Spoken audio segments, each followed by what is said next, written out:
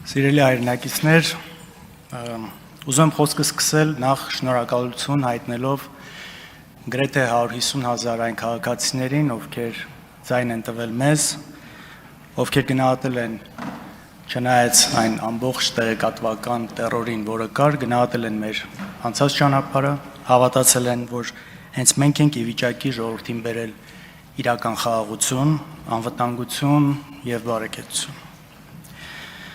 Ուզում եմ առհասարակ շնորհակալություն հայտնել նաև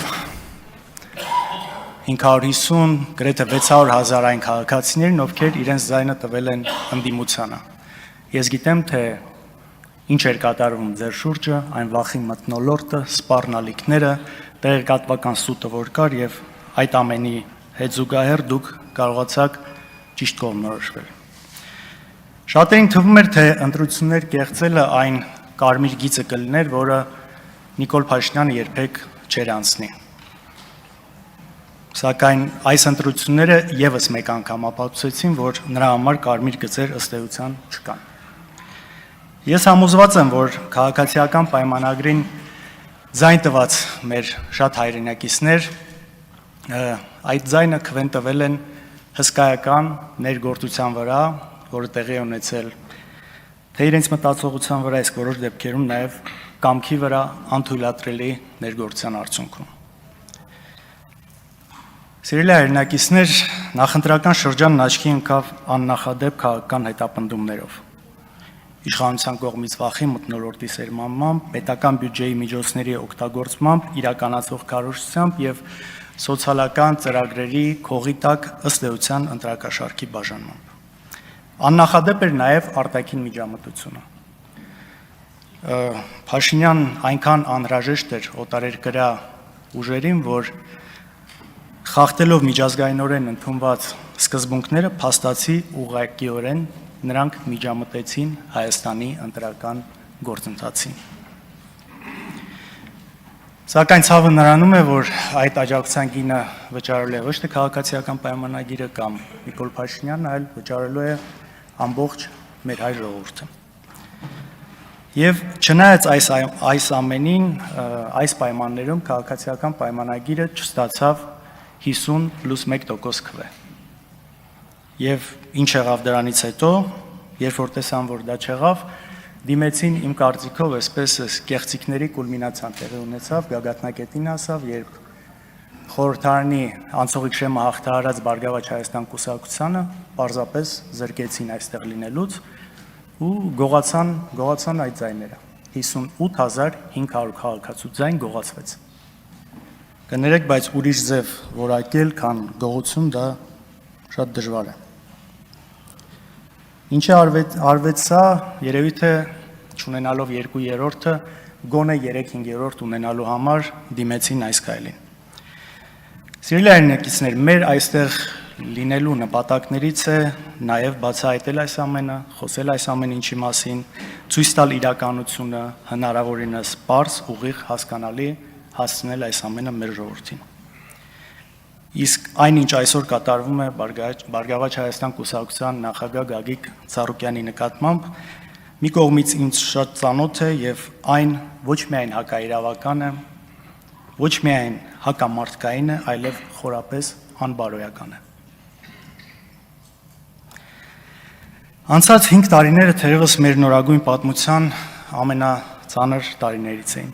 Արցախը հայթափվեց, շուրջ 150,000 մեր արցախցի հայրենակիցներ զրկվեցին իրենց հայրական տնից եւ հարազատների շիրիմներին այցելելուց։ Սակայն ողբերգությունների այս շղթան չի ավարտվելու, քանի դեռ իշխանության է այն մարդը, ով կարող էր կանխել 44-օրյա պատերազմը, բայց չարեց, ով կարող էր կանխել Արցախի կորուստը,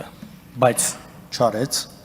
ով կարող էր կանխել հազարավոր հայրենիների զոհվելը, բայց չարեց։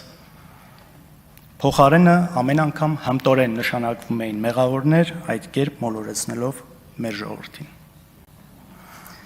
Անցած տարիներին այլակարծության դեմ հետապնդումներն ավելի սաստկացան։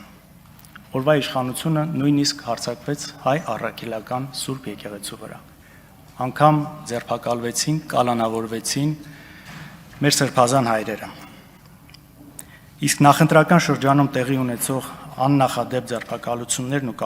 կալանավորումները համոզված եմ աննախադեպ էին նաև ոչ միայն Հայաստանի, այլ միջազգային քաղաքական պրակտիկայի տեսանկյունից։ Այս ամեն ինչին գումարվեց նաև անգրագետ կամ միգուցե գիտակցված արտաքին քաղաքականության այդ քայլերը, որոնք բերեցին նրան, որ Հայաստանը վերածվեց գերտերությունների շահերի բախման կետերից մեկին։ Որպես ընդդիմություն, սիրելի հայրենակիցներ, մենք դեռևս չենք հասել մեր նպատակին, բայց նաև չենք նահանջել, չենք ընկրկել նույնիսկ մեկ վայրկյան։ Մենք եւ բազմաթիվ այլ ընդդիմադիր գործիչներ այս տարիներին ենթարկվել ենք հալածանքների, ապօրինի կալանավորվել եւ խոշտանգվել։ Այս դահլիճում ես տեսնում եմ բազմաթիվ ընդդիմադիր գործիչների, որոնց նկատմամբ հարուցված են շինծու քրեական գործեր։ Իսկ մեր գործընկերը ժողովրդի կողմից ընտրված պատգամավոր Արթուր Սարգսյանը մինչ օրս ապօրինի պահում է կալանքի տակ օրենքի ուղիղ պահանջի կոպիտ խախտմամբ, քանի որ պատգամավոր դառնալով նա պետք է ուղղակի անմիջապես ազատ արձակվեր։ Գրեթե ամեն օր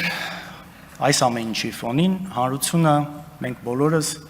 լուրերում կարդում ենք տարբեր տեսակի հանցագործությունների մասին, շատ ժամանակ զենքի կիրառմամբ, հրազենի կիրառմամբ, թմրամիջոցների շրջանառությունն ու հասանելիությունը դարձել են կարծես սովորական մի բան։ Եվ ես համոզված եմ, որ եթե այն ջանքն ու եռանդը, որն այսօր ուղղվում է ընդդիմադիր հետապնդելուն, եթե այդ ջանքը ուղղվեր այս ամենի կանխմանը, բացահայտմանը այդ հանցագործությունների, շեշտակի կնվազեր հանցագործությունների քանակը։